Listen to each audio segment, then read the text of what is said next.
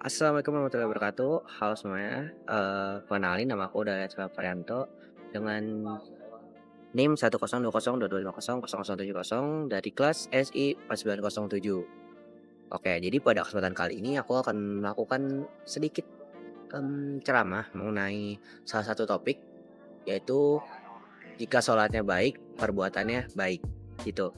Nah, video ini aku buat untuk memenuhi nilai tugas besar agama di semester 1 ini. Oke, sebelum kita mulai, pertama-tama marilah kita panjatkan puji dan syukur atas kehadirat Allah Subhanahu wa taala, karena dengan limpahan rahmat dan karunia-Nya kalian semua dan saya masih bisa, ada di dunia ini dan masih bisa buat video ini. Oke, jadi masuk ke materinya. Salat, baik maka perbuatannya baik. Oke, di sini itu menjelaskan bahwa jika salatnya baik maka mencerminkan, perbuatannya akan selalu baik. Oke teman-teman, mari kita lihat contoh kasusnya di, dunia sekarang. Teman-teman tahu kalau misalkan banyak sekali orang yang kayak melakukan STMJ, yaitu sholat terus tapi maksiat jalan. Nah, teman-teman mungkin ngerasa kayak, "Aku udah sholat, tapi, eee, kenapa, perbuatan aku tuh nggak mencerminkan?" Jadi kita ngelihat orang nih, orang ini sholat, orang ini melakukan ibadah lainnya, misalkan kayak sholat, dia puasa, tapi dia ini nggak mencerminkan bahwa perbuatannya itu baik gitu, nggak mencerminkan bahwa perbuatannya itu adalah perbuatan yang, diizinkan oleh Allah Subhanahu wa taala. Nah, hal ini sebenarnya disebabkan oleh beberapa alasan teman-teman. Jadi, sholat itu adalah merupakan rukun Islam yang kedua kan setelah syahadat. Nah, di mana sholat itu harus dilandaskan kepada keyakinan kita bahwa Allah itu melihat kita. Kita itu harus sholat seakan-akan Allah itu melihat kita sedang sholat, gitu. Jadi kita tidak hanya sekedar sholat untuk, hanya formalitas saja, untuk sholat ikut-ikut teman, sholat untuk, sekedar, "Iya saya udah sholat," untuk sekedar validasi aja, nggak kayak gitu teman-teman. Tapi sholat itu kayak kita harus paham, pertama kita harus paham bahwa bacaan-bacaan sholat itu memiliki artinya masing-masing dan kita harus paham dan mendalami artinya itu, supaya kita tahu apa yang sedang kita kerjakan. Teman-teman, kita kasih contoh kasus, misalkan teman-teman disuruh dikasih PR, teman-teman akan kerjain tanpa teman-teman tahu kalau PR itu buat apa, misalkan buat nilai, buat perbaikan nilai teman-teman, kayak gitu. Jadi, untuk kita melakukan sesuatu, kita perlu tahu apa fungsinya, apa artinya, itu juga sama dengan kita melakukan sholat. Itu yang pertama. Jadi, dari sisi kita masing-masing, kita tuh harus tahu bahwa sholat itu fungsinya untuk apa, sholat itu kegunaannya apa, arti bacaannya apa, buat apa kita sholat, gitu. Seperti yang dijelaskan, oke, a'udzubillahiminasyaitonirrajim, bismillahirrahmanirrahim. Jadi di surat Al-Ankabut ayat 45 yang berbunyi, "Inna sholata tanha 'anil fasya'i wal munkar", dijelaskan bahwa fungsi sholat itu adalah, untuk mencegah dari perbuatan mungkar dan keji. Jadi, kita tahu bahwa kita tuh melaksanakan sholat adalah untuk ini, menghindari perbuatan yang mungkar dan keji, di mana perbuatan mungkar dan keji itu dibenci atau tidak disukai oleh Allah Subhanahu wa taala.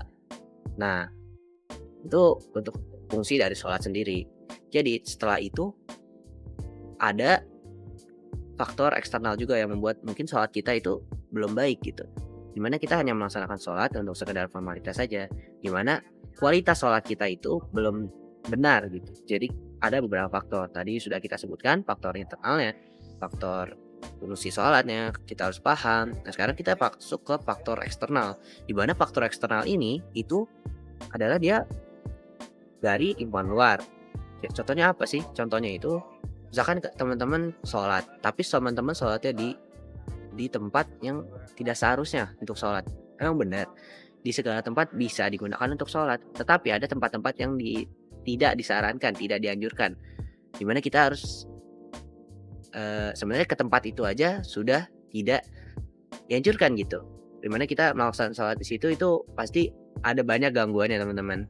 Ya, gangguan yang nggak nyata, bahkan ada gangguan juga yang nyata teman-teman. Mungkin teman-teman di sini pada ngerasa kalau misalkan kadang setiap kita mau sholat itu selalu ada halangannya gitu teman-teman. Misalkan mau sholat tapi, eee, ada sesuatu misalkan kayak tiba-tiba mau ini, tiba-tiba mau itu, tiba-tiba ada ini, tiba-tiba ada itu teman-teman biasanya gangguan dari faktor luar. Misalkan teman-teman punya, eee, teman kamar, misalkan dia mau kita mau sholat bareng ternyata tiba-tiba ada hal lain, di mana jadinya itu merupakan gangguan dari luar teman-teman. Jadi sebenarnya topik sholat baik dan perilakunya baik ini akan, terlaksana apabila kondisi sholatnya itu baik, gitu.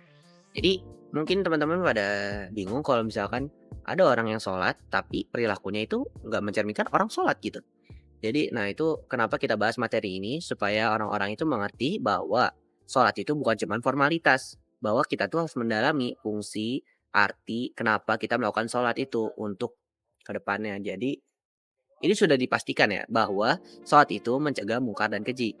Jadi orang yang sholatnya benar, niatnya benar, memahami arti bacaannya, dia akan, melakukan perbuatan yang baik. Karena apa? Karena dia tahu, apa, arti dari melaksanakan sholat itu, teman-teman, begitu.